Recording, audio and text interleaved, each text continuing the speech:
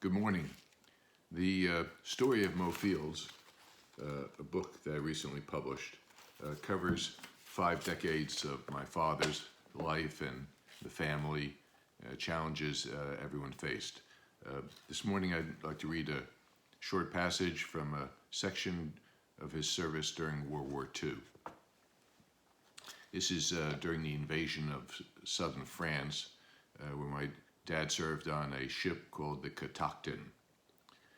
On August 13, 1944, the Catoctin left Naples. The men were aware a new operation would soon be underway, but very little information was communicated. Word spread quickly that the Secretary of Navy, James Forrestal, and the commander of the 7th Army, the 12th Air Force, and French naval forces were all on board the Catoctin. By the next day, the ship arrived off the coast of southern France. At early dawn, the crew was put on high alert as the long-planned assault named Operation Dragoon got underway. The ocean off the coast was filled with Allied warships. The invasion of southern France was underway. Originally, the Allies had planned to attack southern France simultaneously with the invasion at Normandy in June of 1944. However, the Allies were delayed. Their forces on the mainland had met heavy resistance from the Germans as they moved north in Italy. Troops and resources had to be diverted to ensure success in Italy. The invasion of southern France would be pushed back to August. The U.S. and Allied commanders did heed the lessons learned from the Normandy invasion, where German embankments on the hills caused high casualties. This time, the Allies strategically picked a less hilly terrain for the assault off the coast of Toulon. The Catoctin played a key role in planning the Allied assault. Within the first 2 days, it became clear the Germans did not have the troop strength to resist the invasion. The ships of the 8th Fleet dispersed after the initial attack proved successful. The Catoctin had done its job on August 15th, guiding the Allied invasion, but it was not out of danger. Each night, a crew of sailors would circle the ship in small boats. Their mission was to use smog machines to cloak the ship with a large smoke screen so its position was hidden from German air attacks. The crew was usually effective until the 3rd night after the invasion. It was near 3 a.m. when the Catoctin commander sounded the alarm for battle stations. German planes could be heard in the sky. Suddenly, a panic swept the ship. The moon was full, and gusting winds had cleared the smoke screen, protecting the ship's visibility.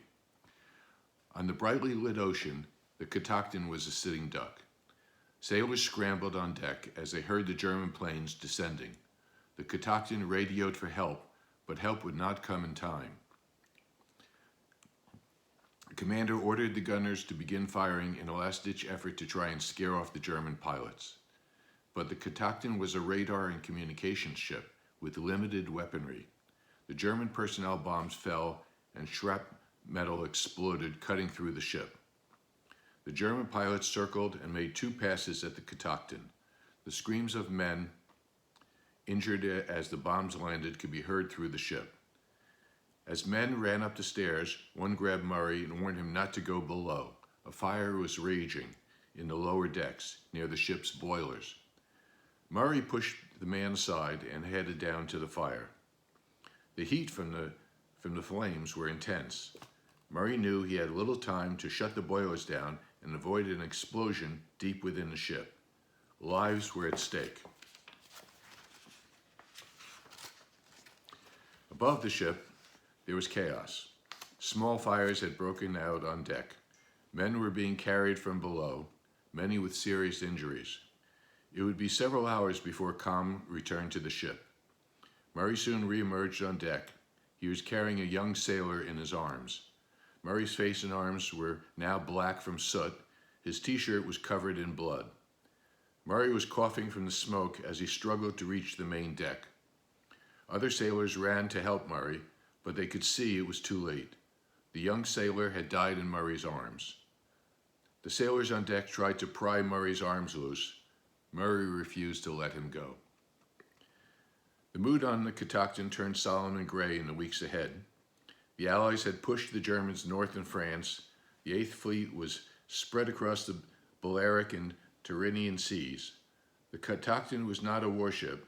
The sailors thought the ship was an unlikely target for attack. How could this happen to us? How could so many good men die? Through young eyes, the cause of war seems just. The cost of war is never fully contemplated.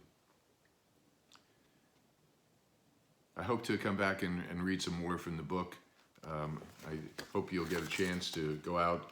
It's available at your local bookstore, Amazon, Barnes & Noble. It's a good story, and thank you for listening.